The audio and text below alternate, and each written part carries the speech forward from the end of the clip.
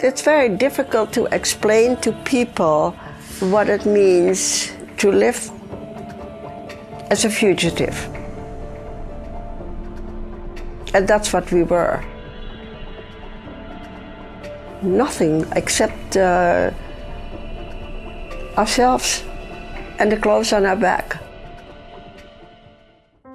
Frieda Van-Hessen is one of the few remaining Holocaust survivors.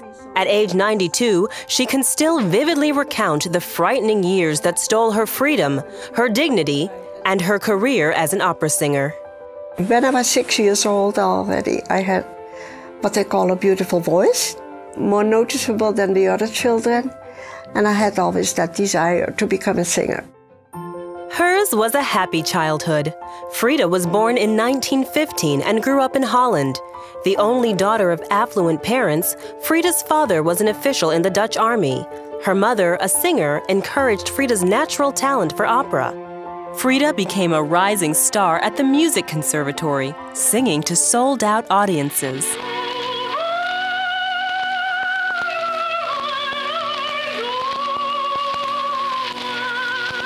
The Van-Hessens were Jewish, but gave little attention to Jewish holidays or education. I never knew the story about anything, and I didn't know who Moses was. I never, ever experienced anti-Semitism until the Germans came. The Nazis imposed strict regulations for Dutch Jews. Frieda and her family had to wear the Star of David on their clothes. And as a Jew, Frieda was no longer allowed to perform for non-Jewish audiences. I had a dream about big, big black birds flying over our house, and I never knew what that meant. Of course, it was an icky dream, let's say it that way, and not very pleasant. In May of 1940, German bombs landed in the Netherlands for the first time.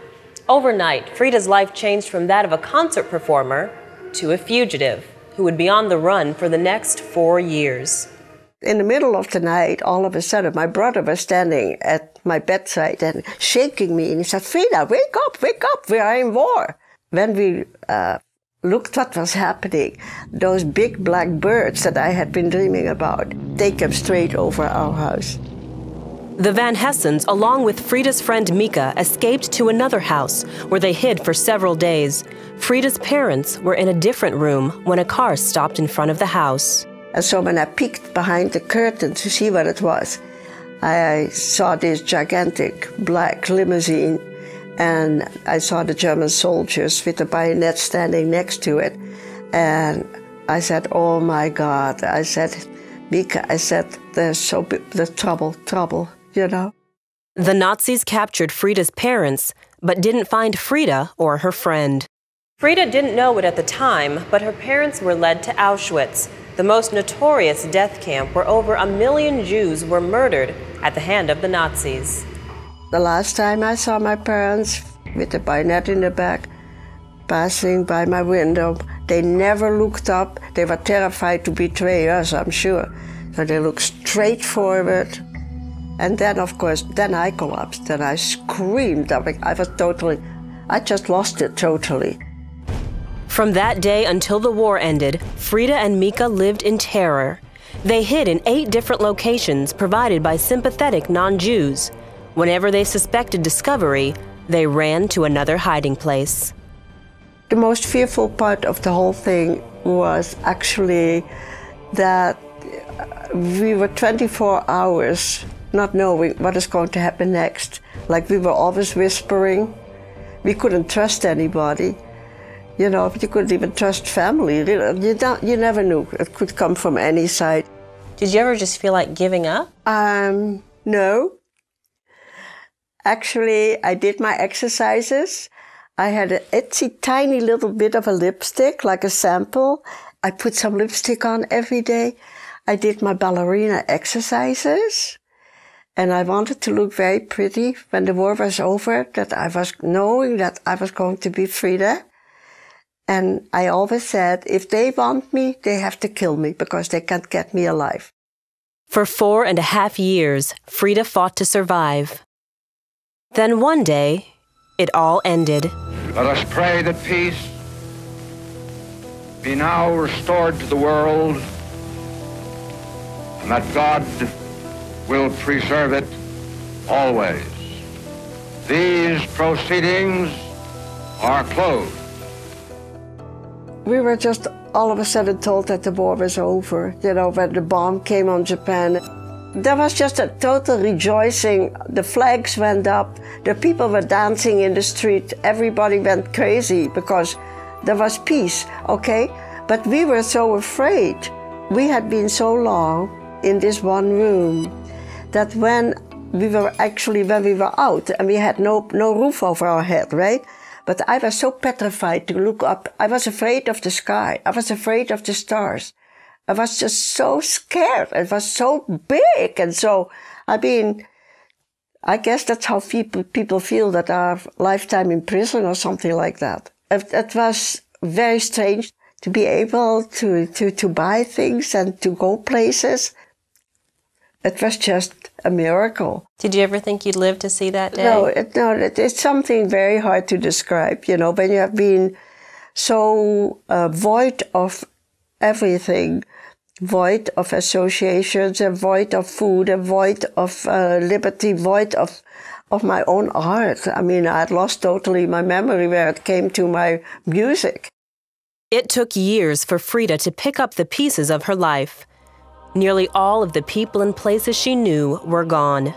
6 million Jews had been killed. This rubble was all that remained of Frieda's home. And from this family photo, only 5 members, including Frieda, survived the Holocaust. Canadian soldiers were stationed in the area, and Frieda caught the eye of one young Christian man, Keith Saunders. I thought he was handsome. Also thought he was very arrogant. The two married and planned to move to Canada. That's when Frieda's uncle made a strange suggestion. He started saying to me that I should become a Christian. And it really blew my mind. So I told him, I said, what are you talking about? He said, well, if that ever happens again, if there's going to be another war again, then they will probably do the same thing to you again. And, well, I just sat still for a minute and I said, I will never do that. Because if I change and I become a Christian, that means that Hitler won the war after all. Frieda decided to change her religion for safety purposes only. She walked into a church and asked to see the pastor. So all I had on my mind, I wanted a piece of paper, you know, telling the people that I was a Gentile. The pastor introduced Frieda to Elizabeth, a woman from the church. She started with Jesus and with Joseph and with the babe in the stable and all kind of things. It made no sense to me whatsoever. And I thought she'd lost it. And I said, actually, I told her, I said, I thought you were an intelligent person. How can you believe all this nonsense? Elizabeth asked Frieda to read Isaiah chapter 53 and Psalm chapter 22 in her free time. And so I kept reading, and then I came to the 16th verse, and there it says, the second half, it says, they pierced my hand and my feet. And I just let out one big yell, ah, that's Jesus! I was all alone in a little room. There was nobody there to twist my arm. I just saw that was Jesus. I sat down and I said, how could I have lived like that all these years without that? It's like coming out of a dark hole into the light. I never knew that he was called the light of the world. I knew nothing. Then I went to Isaiah 53, and just like that, I understood every word. So I called, Elizabeth, and she raced over. And then we went over Isaiah 53 at the 22nd Psalm, and she expounded to me more what it all meant and so. And that, I was just instantly saved, just like that.